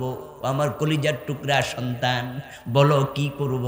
তখন ইব্রাহিম আলাইহিস সালামের প্রস্তাবনার জবাবে ইব্রাহিমের সন্তান ইসমাইল কি বলেছিল? ইয়া আবাতি ফাআল মা তুমার সাতাজিদুনি ইনশাআল্লাহু মিনাস সাবিরিন। আল্লাহ যে আদেশ আপনাকে দিয়েছে, আদেশ কই পাইলো? শব্দ কই পাইলো আদেশের? উনি বলছে স্বপ্ন দেখেছি। তো ইসমাইল তো বলতে পারতো স্বপ্নে যা দেখেছেন, স্বপ্নে যা দেখেছেন আপনি তার আলোকে কাজ করেন, কিন্তু স্বপ্নে যা দেখেছেন এটা বলে নাই। বলছে মা তোমার যে আদেশ আপনাকে করা হয়েছে, মানে যেমন বাবা তেমন সন্তান। ইসমাইলও জানতেন আমার বাবা নবী, উনার স্বপ্ন আল্লাহর ওহী। ওহী মানে অর্ডার। উনি স্বপ্ন দেখছে আমাকে জবাই করছে, এটাই অর্ডার। এবার আপনারা বলুন তো, স্বপ্নে জানলা উনার আরেকটা পরীক্ষা নিলেন, সেই পরীক্ষা ইব্রাহিম নবী পাস না ফেল? জোরে বলেন পাস না ফেল? ফালাম্মা আসলামা ওয়া তাল্লাহু লিল জাবিন। আল্লাহ নিজে কোরআনে কয় এখন বাবা ছেলে দুইজন আমার কাছে আবার আত্মসমর্পণ করে ফেলেছে। ছেলেকে কপালের 500 দেশের উপর শোয়া জবাই করতে প্রস্তুতি নিয়েছে। কোন কোন ঐতিহাসিক, কোন মুফাসসির বলেছেন জবাই করার জন্য অলরেডি গলার মাঝে ছুরিও চালাইয়া দিছে। তবে ওই ছুরির মাঝখানে আর ইসমাইলের গলার মাঝখানে আল্লাহ তাআলা এমন একটা জিনিস দিয়া দিছে, লোহা পিতল যে কোনো জিনিস। ছুরি তখন আর ইসমাইলের গলা কাটতে পারে নাই। ওয়ানাদাইনাহু ইয়া ইব্রাহিম قد صدقت الرؤيا إنا كذلك نجزي المحسنين। আল্লাহ ডাক দিয়া কই ইব্রাহিম পাস করেছো, জবাই করা লাগবে না। সুবহানাল্লাহ। আচ্ছা যদি আমাকে বা আপনাকে আল্লাহ বলতো এরকম ডাইরেক্ট জিব্রাইল ফাটাইয়া, এই আবুল কালাম আজাদ বাসা, তোমার যে বড় ছেলে বা ছোট ছেলেটা আছে না, এটারে আমি আল্লাহ নির্দেশ দিচ্ছি জবাই করে লাও। তা আমি জিব্রাইল তো কইতাম ভাই ঠিক আছে, আল্লাহ যেহেতু কইছে আমি জবাই করতে রাজি, আমি মুসলমান, জবাই না কইরা তো উপায় নাই, আল্লাহর কথা শুনতে আমি বাধ্য। তবে আল্লাহর একটু জিগাই তো জবাই কইরা লাভটা কি? আচ্ছা আল্লাহ কি আমার ফোলার গোস্ত খাইব? কথা বলেন, রক্ত খাইব? তো আমার ফোলার মাইরা আল্লাহ লাভ কি একটু জিগাই, আর কিছু না, আমি জবাই করবো, আমি কিন্তু করবো না তা কিন্তু কইছি না। কিন্তু হযরত ইব্রাহিম কোনো প্রশ্ন করেন নাই। ওই যে নাকের ভিতরে রশি ঢুকানো, টান দিতে দেরি, কদম দিতে দেরি করলে নাক ছিঁড়ে যাবে। আল্লাহ বলেছে জবাই করো, প্রশ্ন করা যাবে না। ইব্রাহিম জবাই করার জন্য রেডি। ওয়াইযি বিতালা ইব্রাহিম রাব্বুহু বিকালিমাতিন ফাতাম্মাহুন। আমার আল্লাহ বলে আমি এরকম ইব্রাহিমকে অনেক পরীক্ষা করেছি। আমার ইব্রাহিম প্রতিটা পরীক্ষা এতমাম করেছে, এতমাম করেছে। এতমাম মানে 80 পাওয়া নয়, 100তে 80 পাইলে আমাদের দেশে কয় A+ নাকি? আরে হ্যাঁ কয় না, নাও কয় না, কি বেশি শীত লেগে গেল নাকি? 100তে 80 পাইলে কি কয়? GPA 5 বলে না? 70 পাইলে 60 পাইলে আমাদের যুগে 60 নাম্বার পাইলে ফার্স্ট ডিভিশন কইতো। 33 পাইলে পাস আমাদের সময়, আমরা যখন 33 পাইলে ছিল থার্ড ডিভিশন পাস, 45 পাইলে সেকেন্ড ক্লাস, 60 পাইলে ফার্স্ট ডিভিশন, 80 পাইলে লেটার মার্ক। এখন A+ পায় 80 পাইলে। ইব্রাহিম 80 নাম্বার পায় নাই, ফাতাম্মাহুন্না, আল্লাহ রেজাল্ট ঘোষণা করে, পরীক্ষক যিনি রেজাল্ট দিচ্ছেন তিনি। আমার ইব্রাহিম প্রতিটা পরীক্ষায় 100তে 100 নাম্বার পাইছে। এখন ইব্রাহিম আলাইহিস সালামরা আল্লাহ পরীক্ষা করলো, জান্নাতও দিয়ে দিল, ইব্রাহিম নবী জান্নাতি। এবার আপনারাও জান্নাতে যেতে চান, আমরাও যেতে চাই। পরীক্ষা ছাড়া আল্লাহ জান্নাত কাউকে দেয় না। এইজন্য বলছো দুখুলু ফিস সিলমে কাফা। দেখি আমিও তোমাদেরকে বলছি ইসলামে পরিপূর্ণ ঢুকো। ঢুকতে কয়জন রাজি হও? এখন যারা ইসলামে পরিপূর্ণ ঢুকতে রাজি হবে তারাই আত্মসমর্পণকারী। যারা কিছু মানে না, তারা আত্মসমর্পণকারীর দলে নাম ঢুকাতে পারেন নাই। এখন আপনারা মনে মনে কেউ কয় হুজুর আপনি পারছেননি, ইসলামে পরিপূর্ণ ঢুকতে আপনি পারছেননি। আমি জবাবে বলবো সরি, আমিও পারি নাই। আমি অনেক জায়গায় ধরা খাইয়া রয়েছি, শয়তানের ধোকায় পড়ে, নফসের পরশনায় পড়ে, লোভে পড়ে কত রকমের গুনাহ করে ফেলি, অপূর্ণতা আছে। আল্লাহ যেমনে চায় এমনে পারি না। আল্লাহ নামাজ পড়ো কয় কুমু লিল্লাহি কানিতিন, নামাজে দাঁড়াইবা আমি আল্লাহর দিকে মনোনিবেশ করে। ও প্রিয় ভাই, নামাজে দাঁড়াইলা আমার মনও মাঝে মাঝে নামাজের বাহিরে চলে যায়। নামাজটা তো আল্লাহর চাওয়া মতো আমিও পড়লাম না। তাহলে এখন সমাধান কি? এখন সমাধান হলো ইসলামে পরিপূর্ণই ঢুকতে হবে, কোনো রকমের কনসিডার নাই। তবে যেখানে ঠেকে পড়ে যাবেন ওখানে তাওবা করে আবার ফিরে আসতেই হবে। আপনি মানুষ, আমি মানুষ, প্রত্যেকটা মানুষের পিছনে শয়তান আছে না নাই? এবার কথা বলেন, আছে না নাই? নবীদের সাথেও শয়তান ছিল। তবে নবীর 100তে 100 নাম্বার পাওয়ার পিছনে আরেকটা কারণ আছে। সেটা হলো নবীদের শয়তানকে শয়তানি থেকে বিরত রেখেছে আল্লাহ নিজে। নবীরা যখন কোনো গুনার কাজ করার কাছাকাছি হতো, নবীদেরকে হেফাজত করতেন স্বয়ং আল্লাহ। এজন্য নবীদেরকে মাসুম বলা হয়। মাসুম শব্দের অর্থ হলো যাকে নিরাপত্তা দেয়া হয়েছে, এসমত দেয়া হয়েছে, যাকে বাঁচানো হয়েছে, যাকে নিষ্পাপ করা হয়েছে, তার নিরাপত্তা দানকারী কে? এখন আমাদের সাথে যে শয়তান আছে, হে কি আমাদের পিছনে লাগা নাই? কিন্তু নবীদের পিছনে তো লেগে থাকতো না, আল্লাহ সরাইয়া দিছে। তবে শয়তান ছিল। রাসূলুল্লাহ সাল্লাল্লাহু আলাইহি ওয়াসাল্লাম বলেছেন সব মানুষের সাথে শয়তান আছে, আমার সাথেও আছে। তবে ফা ইন্নাহু আসলামা বি, আমার শয়তানটা আমার কাছে নিজে সারেন্ডার করে ফেলেছে। কোন মুহাদ্দিস বলেন আসলামা বি মানে সে নিজে রাসূলের কাছে উল্টা মুসলমান হয়ে গেছে। ইউসুফ আলাইহিস সালাম যখন জেলখানা থেকে বের হলেন, বের হওয়ার পরে ইউসুফ আলাইহিস সালামকে ওনার বন্ধু বান্ধবরা সমবয়সীরা জিজ্ঞাসা করেছিল, ইউসুফ, জুলাইখার কারণেই তো তুমি জেলে গেছো। ইউসুফ নবীরে জেল খাটাইছে কোন মহিলা? কথা বলেন না কেন? কোন মহিলা? এরকম কুটনি মহিলা বাংলাদেশও আছে না নাই? বিনা দোষে কত আলেম রে জেল খাটাচ্ছে। এ জুলাইখারা বাংলাদেশে এখনো আছে। আমার প্রিয় ভাইরা, বউ নিয়ে ব্যাটারি উঠে গেছে। বউ নিয়া গেছে রিসোর্টে, বউ লইয়া রিসোর্টে যাবে, বউ লইয়া হোটেলে যাবে। আমার বউ লইয়া আমি শ্বশুর বাড়ি যাব, আমি যেখানে মনে চায় যাব। আমার স্ত্রী পর্দার সাথে বাজারে যাবে, পর্দার সাথে আমার সাথে হাসপাতালে যাবে। আমি যদি চিটাং বেড়াইতে যাই, আমার বউকে সাথে নিয়ে আমি হোটেলে থাকতে পারবো না? কিন্তু এখন বউ দিয়া উল্টা ধর্ষণের মামলা দেয়া এমন জুলাইখাও বাংলাদেশে আছে। ও প্রিয় ভাই, জুলাইখা হযরত ইউসুফ নবীরে জেল খাটাইল। কারণটা কি? কারণ জুলাইখা ইউসুফ আলাইহিস সালামের প্রেমে মশগুল। ইউসুফকে বলে, ইউসুফ তোমাকে আমি কাছে পেতে চাই। ইউসুফ নবী বলে, না মাআদাল্লাহ, আমি আল্লাহর কাছে তোমার কুমন্ত্রণা থেকে আশ্রয় চাই। কোন একদিন জুলাইখা ইউসুফ আলাইহিস সালামকে উনার অন্দরমহলে ডেকে নিল। কাজের মেয়েরে বলছে, ইউসুফ রে ডাক। কারণ ইউসুফ আলাইহিস সালামকে তো বাজার থেকে টাকা দিয়া দাস হিসাবে কিনে এনেছে, ঠিক না? ওই যে ভাইয়েরা শত্রুতা কইরা কোফের মাঝে ফেলাই দিয়েছিল, শুনছেন না এগুলা? না শুনলে সূরা ইউসুফ পড়বেন।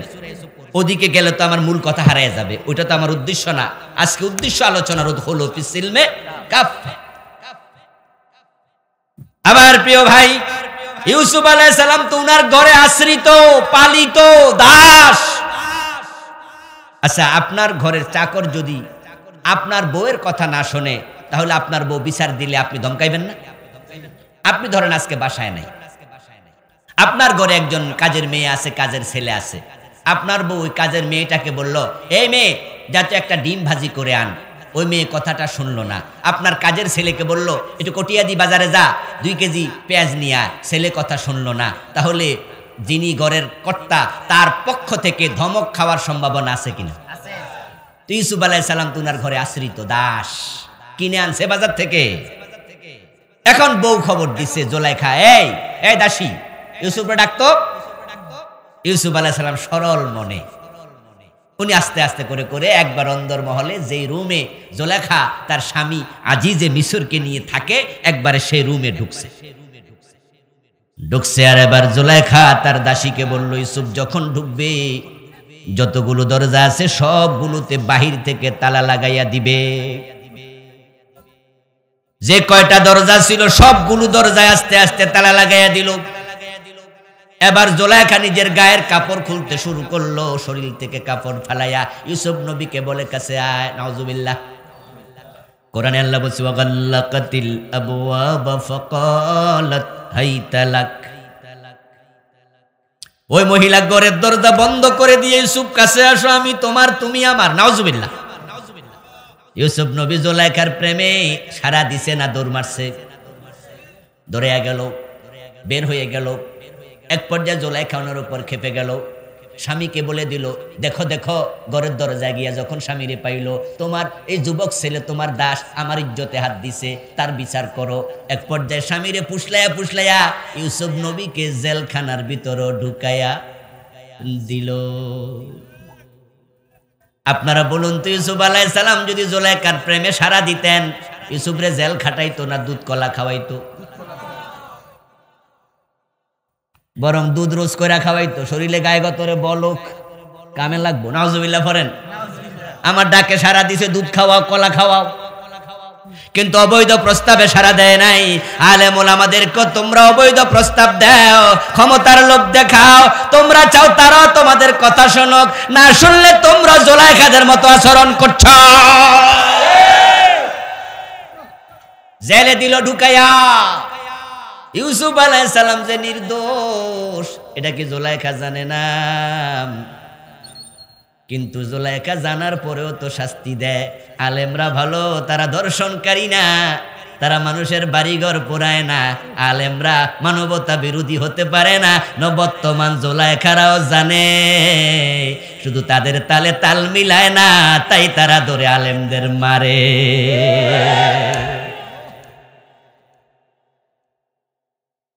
ইউসুফ আলাইহিস সালাম জেল খেটে বের হলেন।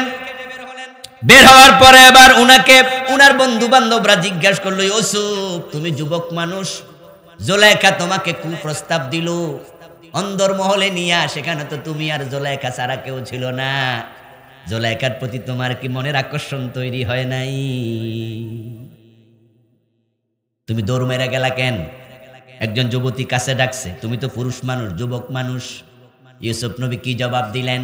উনার জবাবটা আল্লাহ তাআলা কোরআনের আয়াত বানায়া নাজিল করেছে। ইউসুফ নবী বলেছিলেন, ইন্নান ওয়ামা উবাররিউ নাফসি ইন্নান নাফসা লাআম্মারাতুম বিসসুই ইল্লা মা রাহিমা রাব্বি। সুবহানাল্লাহ পড়েন। 13 পারার প্রথম আয়াত, ওয়ামা উবাররিউ নাফসি, আমি বলি না আমার নফস নিষ্কলুষ, আমার নফস জোলাইকার প্রতি তাড়িত হয়নি, আমাকে উত্তেজিত করেনি, আমি এটা বলবো না, বরং আমি বলবো ইন্নান নাফসা লাআম্মারাতুম বিসসু, নফস খারাপ কাজে উত্তেজিত করে, আদেশ করে, তবে ইল্লা মা রাহিমা রাব্বি, আমাকেও তাই করেছিল, কিন্তু আমার হেফাজত করেছে কে? আমার রবের রহমত যদি থাকে নফস কোনো ক্ষতি করতে পারে না। তাহলে নবীরা যদি গুনার কাছাকাছি যায়, নবীদেরকে বাঁচায় কে? এই জন্যই তারা মাসুম। এবার বলুন তো, কোন গুনার কাছে আমরা যখন যাই, আল্লাহ নবীদের মতো আমাদেরকে বাঁচায় নাকি? তাই আমাদের গুনাহ হওয়ার সম্ভাবনাও আছে। উদখুলু ফিস সিলমি কাফা, এটা ইসলামের মূলনীতি। ইসলামে আপনাকে পরিপূর্ণ ঢুকতে হবে, ঠিক না? রোজাওয়ালা হবেন, সূর্য ডোবা পর্যন্ত রোজা রাখেন। সূর্য ডোবার 2 মিনিট আগে ইফতার করবেন, জেনে বুঝে। 14 ঘন্টার রোজা, 15 ঘন্টার রোজা, 17 ঘন্টার রোজা। পৃথিবীর এমন দেশও আছে যেখানে 22 ঘন্টা রোজা রাখা লাগে। 22 ঘন্টা রোজা রেখেছেন, জানেন যে সূর্য ডোবেনি, এখনো 3 মিনিট 5 মিনিট বাকি আছে, ইফতার করেন, পুরা দিন রোজা বাদ, কোনো ডিসকাউন্ট দেয়া হবে না। রোজা রাখতে চাও, সুম্মা তিম্মু সিয়ামা ইলাল লাইল, উদখুলু ফিস সিলমি কাফা, একই মাসআলা, একই মাসআলা। ইসলাম থেকে দূরে থাকার সামান্য অধিকার নাই।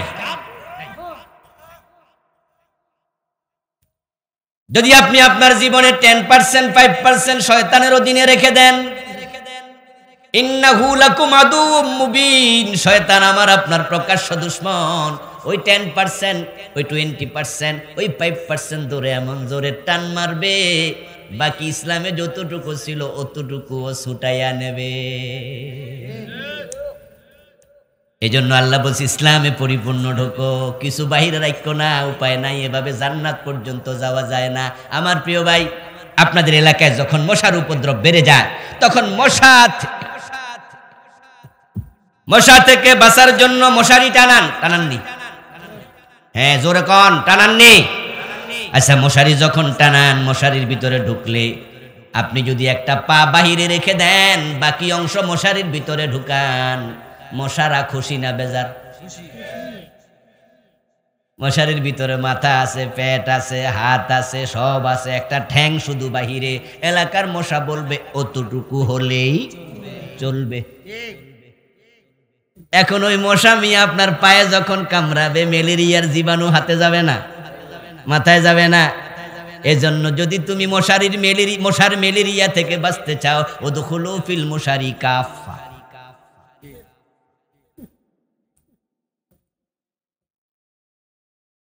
কটিয়াদি আপনি ঢাকা যাবেন, কটিয়াদি বাসে উঠছেন, রওনা দিচ্ছেন, অথবা যাবেন আপনি ধরেন সিলেটে, এখান দিয়ে বাসে উঠে রওনা দিচ্ছেন ভৈরব দিয়া। গাড়িতে ওঠার পরে একটা হাত গাড়ির বাহিরে জানালা দিয়ে এমনি বাইর করে রেখে দেখেন, লুকিং গ্লাসে তাকাইয়া ড্রাইভার কেমনে ধমক মারে। ড্রাইভার বলবে, এই হেল্পার, কোথায় রে সুপারভাইজার, যাত্রীর হাত বাহিরে ঢুকা, ভিতরে ঢুকা, বাহিরে হাত রাখছে কেন? যদি কল্লা বাইর করে দেখবেন যে আরেকজন বলবে, এই চাচা, মাথা ভিতরে ঢুকান, মাথা ভিতরে ঢুকান। আপনি কইলেন, আরে মিয়া, পুরা বডি তো আছে, মাথা বাইরে থাকলে অসুবিধা কি? বলবে যে ঢাকা যাওয়া লাগবে না, কবরস্থানে যাওয়া লাগবে। নিরাপদে ঢাকা যেতে চান, উদখুলু ফিল বাসে কাফা, বাসে পুরা ঢোকো। নিরাপদে জান্নাতে যেতে হবে, ইসলামে পুরা ঢোকো। শয়তানের কাছে সামান্য রেখো না, একটা কবিরা গুনার কারণে জাহান্নামে যাওয়া লাগতে পারে। রাসূলুল্লাহ সাল্লাল্লাহু আলাইহি ওয়াসাল্লামের একজন সাহাবী, যুদ্ধের মাঠ থেকে তিনি একটা চাদর চুরি করেছিলেন। ওই সাহাবী আবার পরবর্তী কোন এক যুদ্ধে গিয়ে যুদ্ধ করতে করতে মারা গেছেন। রাসূলের সাহাবী বলছি, শব্দটা খুব ভালো করে শুনবেন। ওমর থেকে বর্ণিত হাদিস, এই বইতে হাদিসটাও এনেছি। এখানে 550 উপরে আখেরাত নিয়ে লিখেছি হাদিস, 500 মতো আয়াত। এমন ডকুমেন্টারি আখেরাতের উপরে বাংলাদেশে আর লেখছে কিনা কেউ আমার জানা নেই, আলহামদুলিল্লাহ। ওমর বলছেন, রাসূলুল্লাহ সাল্লাল্লাহু আলাইহি ওয়াসাল্লামের সামনে আমি হাজির। এই অবস্থায় একজন ব্যক্তি আসলো, এসে বলল, উস্তুশহিদা ফুলান, হে রাসূল, অমুক আজকে যুদ্ধে শহীদ হয়ে গেছে। ওই যে লোক একটি চাদর চুরি করছিল তার ব্যাপারে বলছে, উস্তুশহিদা ফুলানুন, অমুক আজকের যুদ্ধে শহীদ হয়ে গেছে। ফাকালান নবী সাল্লাল্লাহু আলাইহি ওয়াসাল্লাম, কাল্লা রাআইতুহু ফিন্নার বিআবাতিন কদ গাল্লাহা। তুমি বললা অমুক শহীদ হয়ে গেছে, আমি নবী বললাম অসম্ভব, শাহাদাতের দরজা সে পায় নাই, আমি তাকে নিজে জাহান্নামে দেখে এসেছি। কারণ অমুক যুদ্ধে একটা চাদর গনিমতের মাল থেকে চুরি করেছে, ওই গুনাহটা মাফ হয় নাই, সে তাওবা করে নাই। একটা গুনার কারণে আল্লাহ দোজখে দিয়া দিছে। যুদ্ধের মাঠে মরেছে কিন্তু আল্লাহ শহীদ হিসাবে কবুল করে নাই। ও প্রিয় ভাইরা, রাসূলুল্লাহ সাল্লাল্লাহু আলাইহি ওয়াসাল্লাম যাচ্ছিলেন মদিনায় এক কবরস্থানের পাশে।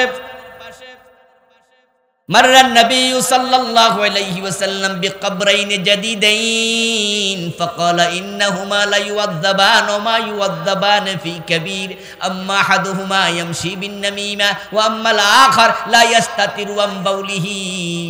মদিনার নতুন কবরের পাশ দিয়ে রাসূল যাচ্ছিলেন, দুটি কবর নতুন। কবরের পাশে রাসূলুল্লাহ সাল্লাল্লাহু আলাইহি ওয়াসাল্লাম দাঁড়ালেন। দাঁড়াইয়া তিনি বললেন, এই দুই কবরে আযাব চলছে। আল্লাহর হাবিবের মুজিজা ছিল, তিনি কবরের উপর থেকে কবরের ভিতরের খবর দেখতেন এবং জানতেন। কবরে শাস্তি হলে চিৎকার নিজের কানে শুনতেন। আল্লাহর হাবিবের কিছু স্পেশালিটি ছিল, যেমন তিনি একদিন নামাজে দাঁড়াইয়া তিনি বলেছেন, এই সাহাবারা, দুজনের মাঝখানে ফাঁকা জায়গা রেখো না, মিলে মিলে দাঁড়াও, আমি নিজে দেখতে পাই সামনে থেকে যেমন পিছন থেকে তেমন। সুবহানাল্লাহ পড়েন। সামনে থেকে যেমন পিছন থেকে তেমন। আমি যখন নামাজে দাঁড়াই আমি তখন পিছন থেকে দেখতে পাই তোমাদের পায়ের যে ফাঁকা জায়গা দুইজনের মাঝখানে, ওখানে শয়তান ছাগলের বাচ্চার সুরত ধরে দাঁড়ায় যায়, দাঁড়ায়া কুমন্ত্রণা দেয়। আমি দেখতে পাই পিছন দিয়া। কবরের উপরে দাঁড়ায় রাসূল কবরের ভিতরের খবর জানতেন এবং দেখতেন। এটা মুজিজা, এটা ইলমে গায়েব না, কিন্তু গায়েবের মালিক কে? উল্টা পাল্টা বুঝলে আবার হইব না। কিছু লোক তো আমাদের দেশে আছে, বলে রাসূল গায়েব জানে, পীর সাহেবরাও গায়েব জানে, ঈমান চলে যাবে, এটা শিরক। ইলমে গায়েব শুধু কার? লা ইয়ালামুহা ইল্লা হু। আল্লাহর হাবিব বললেন, দুইটি কবরে আযাব চলছে। তারপরে তিনি কোনো একজনকে বললেন, কেউ আমাকে একটা খেজুরের ডাল এনে দেবে নাকি? খেজুরের একটি ডাল এনে দেয়া হলো। রাসূলুল্লাহ সাল্লাল্লাহু আলাইহি ওয়াসাল্লাম ওই খেজুরের ডালের মাথার মাঝে দুটা এরকম পাতা থাকে, দুটাতে দৌড়া টান মারলেন, মাঝখান দিয়া ছিঁড়ে গেল। তারপরে তিনি কবরের মাঝে একটা অংশ এই কবরে আর একটা অংশ ওই কবরের উপর গেড়ে দিলেন এবং তিনি বললেন, লাআল্লাল্লাহ আন ইউখাফফিফা আনহুমা আযাবাহুমা হাত্তা ইয়াইবাসা। সহিহ বুখারীর riwayat। আমি আশা করছি এই দুটি ডাল শুকানো পর্যন্ত কবরের আযাব আল্লাহ হালকা করে দেবে। হালকা করবে না মাফ করে দেবে? হাদিস কি? আবার বলেন কি? হালকা হালকা, মাফ বলে নাই। আযাব চলছে, আশা করা যায় আল্লাহ হালকা করবে। আল্লাহ আশা করা যায়। আচ্ছা, আমাদের বাংলাদেশে যে আপনারা একটা ওয়াজ, একটা হাদিস খুব শুনেছেন, যে যারা মাদ্রাসা তালেবুল ইলম ওরা কবরের পাশ দিয়া গেলে 40 দিনের কবর আযাব মাফ হইয়া যায়, এরকম কি ওয়াজ শুনছিলেন নি কোনোদিন? রাসূল হাইটা যায়, আযাব মাফ হয় না, আর হুজুররা হাইটা গেলে মাফ হইয়া যায়। কি আজীব হাদিস হুজুররা ওয়াজ করছে। এগুলো হচ্ছে জাল হাদিস, অস্তিত্বহীন হাদিস। তালেবুল ইলম হাইটা যাবে আর 40 দিনের কবর আযাব মাফ হয়ে যাবে, এত সোজা না। আল্লাহর হাবিব হেঁটে যাচ্ছেন, আযাব চলছে, কবরের মাঝে তিনি খেজুরের পাতা গেড়ে দিলেন। এটা আল্লাহর হাবিবের হাতের টাচ, হাতের বারাকা, হাতের বরকতের কারণে আল্লাহ ক্ষমা করবে। কিন্তু আবার এই হাদিস দিয়া সব কবরের উপরে খেজুরের ডাল কাটতে শুরু করবেন না। যদিও আমাদের দেশে প্রায় কবরের উপরে খেজুরের ডাল গেড়ে দেয়, এই হাদিসকে দলিল দিয়ে। অথচ আল্লাহর হাবিব এই ঘটনার আগে কোন সাহাবীর কবরের উপরে ডালা গাড়েন নাই, এই ঘটনার পরেও কোনোদিন ডালা গাড়েন নাই, শুধু একদিন গেড়েছেন আযাব দেখার কারণে। আল্লাহর হাবিব শত শত সাহাবীর কবর দিছে, কোন কবরে ঢাল গাড়লো না, আর একটা কবরে গাড়লো। রাসূলের সুন্নাহ কোনটা হবে? প্রতিদিন যেটা করছে সেটা, না হঠাৎ করে যেটা করছে সেটা? ব্যতিক্রম কাজ সুন্নাহ নয়। আলেম ওলামারা এগুলো স্মরণ করবেন, মানুষকে প্রচার করবেন, বলবেন আপনারা জাতির পাহারাদার। প্রতিদিন যেটা করেছে সেটাই সুন্নাহ, ব্যতিক্রম সুন্নাহ হয় না। আতান নবী সাল্লাল্লাহু আলাইহি ওয়াসাল্লাম সাবাতাতা কওম ফাবালা কাইমা। তিরমিজি কিতাবুত তাহারাত পড়লে পাবেন, প্রিয় নবী কোনো একদিন এক কওমের একটি আবর্জনা স্থলে গেলেন। রাসূলুল্লাহর হাজত হয়েছে, প্রস্রাব করবেন। সেখানে যাওয়ার পরে তিনি দেখলেন যে এমন আবর্জনা, এখানে বসে প্রস্রাব করলে কাপড় চোপড় নষ্ট হবে, অথবা এমন শক্ত জায়গা, প্রস্রাব রিফ্লেকশন করে গায়ে পড়বে, প্রস্রাব উল্টা কাপড়ে আসবে। তাই সেদিন তিনি রাসূল দাঁড়ায়া প্রস্রাব করেছেন। ফাবালা কাইমা। এই হাদিস পড়ে যদি আপনি খাড়ায়া প্রস্রাব শুরু করেন, কামটা ঠিক হবে? এটা ব্যতিক্রম ঘটনা। কোন কোন মুহাদ্দিস বলছে রাসূলুল্লাহর এরকুন নেশা রোগ ছিল, হাত পায়ের মাঝে, হাঁটুর মাঝে ওদিন একটা রোগে টান লাগা ছিল, এজন্য সেদিন রোগের কারণে তিনি বসতে পারেন নাই। কোন একটা হাদিস পাইছেন আর এটাই সুন্নাহ মনে করবেন না। সুন্নাহ হলো প্রতিদিন যেটা করে। তাহলে কবরের উপরে ডালা গেড়ে দেয়া সুন্নাহ না, না গেড়ে দেয়াটাই কি সুন্নাহ? প্রসঙ্গক্রমে মাসালাটা বললাম। এরপরে আসেন এবার প্রিয় নবীজি আবার বলছে, শোনো কবরে কেন আযাব হচ্ছে? কারণ এই কবরওয়ালার সমস্যা হলো ইয়ামশি বিন নামিমা। লোকটা সগলখোর ছিল, একজনের কথা আরেকজনের কাছে লাগাইয়া অশান্তি তৈরি করে। এমন লোক বাংলাদেশেও আছে না নাই? এই বদ স্বভাবটা মা বোনদের ভিতরে তুলনামূলকভাবে একটু বেশি। ননদের সাথে জায়ের লাগাইয়া দিবে, শাশুড়ির সাথে বউয়ের লাগাইয়া দেবে, লাগাইয়া দিয়া দুজনের ঝগড়া, আলগাত বয়ে বইয়া পান খায় আর মুস্কি মুস্কি হাসি দিয়া দেখে, আর মনে মনে কয় লাগাইয়া। ক্বালান নবী সাল্লাল্লাহু আলাইহি ওয়াসাল্লাম লা ইয়াদখুলুল জান্নাতা নাম্মাম। প্রিয় নবীজি বলছেন, যে ব্যক্তি এই জাতীয় সগলখড়ি করে সে আল্লাহর জান্নাতে ঢুকতে পারবে না। ওই ব্যক্তির অপরাধ ছিল সে জাতীয় সগলখড়ি করত, তাই কবরে আযাব চলছে। দ্বিতীয় কবরের দিকে তাকায় রাসূলুল্লাহ বলেন, লা ইস্তাতিরু আম বাউলিহি। ওই কবরওয়ালার কারণ হলো সে প্রস্রাব থেকে পরিষ্কার থাকতো না। মাঝে মাঝে ওই প্রস্রাবওয়ালা কাপড় নিয়েও নামাজ পড়ে ফেলতো। ছাগলের রাখাল ছিল, গরু চড়াতো, উট চড়াতো, প্রস্রাব মাঝে মাঝে কাপড়ে লাগতো, অসতর্ক থাকতো, প্রস্রাবকে গুরুত্ব দিত না। ফা ইন্না আম্মাতা আযাবিল কবরি মিনাল বাউল। প্রিয় নবী বলছে, প্রস্রাবের কারণে অসংখ্য মানুষের কবরে আযাব হবে। খুব সাবধান, খুব সাবধান, খুব সাবধান। আমরা এমন লোক দেখি, নামাজি মানুষ প্রস্রাব করছে, প্রস্রাব করার পরে একটু উঠা লারামারা দিয়ে হাইটা চলে গেছে। আপনি যে হাইটা চলে গেলেন, প্রস্রাব ধরার সম্ভাবনা আছে না? আর প্রস্রাব ধরে পড়লে রানে লাগবে, গায়ে লাগবে, কাপড়ে লাগবে। কাপড় পরে নামাজ তো হবে না। পবিত্রতা অর্জন করা নামাজের 13 ফরজের 3 ফরজ, 13টার মাঝে 3টাই তো পবিত্রতা। 1 নম্বরে শরীর পাক, 2 নম্বরে কাপড় পাক, 3 নম্বরে নামাজের জায়গা পাক। তহারাতের গুরুত্ব কত বেশি! আমার প্রিয় ভাই, ওই দুইজন সাহাবী ছিলেন যে দুইজনের কবরে আযাব চলছে। নতুন কবর মানে রাসূলের যুগের লোক, সাহাবী। ওই যে লোকটা শহীদ হলো কিন্তু শাহাদাত কবুল হলো না, সেও সাহাবী। আল্লাহর হাবিবের কাছে এক সাহাবী যুদ্ধের মাঠে এসে বলি, ইয়া রাসূলুল্লাহ, আজকের যুদ্ধে সবচেয়ে বেশি বীরবিক্রমে যুদ্ধ করছো অমুক। আল্লাহর হাবিব বলতেছে, তাই নাকি? বলে হ্যাঁ। তার সামনে যে কাফের পরে অসুর মতো কাইট্টা লাইতেছে, আজকে তার মতো জিহাদ কেউ করে না। প্রিয় নবী বললেন, শুনে রাখো, লোকটা জাহান্নামী। রাসূলের সাহাবী যুদ্ধের মাঠে যুদ্ধ করতেছে ইসলামের পক্ষে। রাসূল কয়, শুনে রাখো, জাহান্নামী। এ হাদিসের রাবি বলতেছেন, তখন আমি বললাম লোকটা কেন জাহান্নামী হবে আমি বুঝতে পারলাম না, তাই সিদ্ধান্ত নিলাম এই লোকটার পিছনে আমি থাকবো, দেখি শেষ পর্যন্ত ঘটনা কি ঘটে। আমি তাকে অনুসরণ করছি। হঠাৎ করে দেখলাম অন্য কোনো কাফের তাকে আঘাত করলো, সে আঘাতে দারুণ আহত হলো, সহ্য করতে পারে না ব্যথা, তখন নিজের তলোয়ার নিজের বুকের ভিতরে ঢুকাইয়া ঝাঁপ দিয়া পড়ে আত্মহত্যা করলো।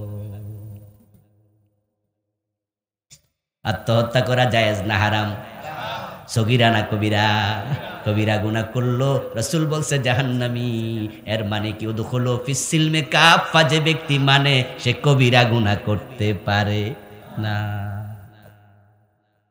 এখন আপনারা ইসলামে পুরা ঢোকেন নাই। বাংলাদেশের লাখ লাখ মানুষের অবস্থা এত খারাপ, তারা নামাজে ইসলাম মানে, রোজা ইসলাম মানে, মসজিদে ইসলাম মানে, ডান পা দিয়ে মসজিদে ঢুকতে রাজি, বাম পা দিয়ে বের হয়, আল্লাহু আকবার বলে নামাজ শুরু করে, সালাম ফিরায়া নামাজ শেষ করে, ইমাম ভুল করলে লোকমা দেয়। কিন্তু ওই বিচারক, ওই এমপি, ওই মন্ত্রী যখন আদালতে যায়, সংসদে যায়, গণভবনে যায়, ইসলাম মসজিদে মানে, আদালতে মানতে আর রাজি হয় না।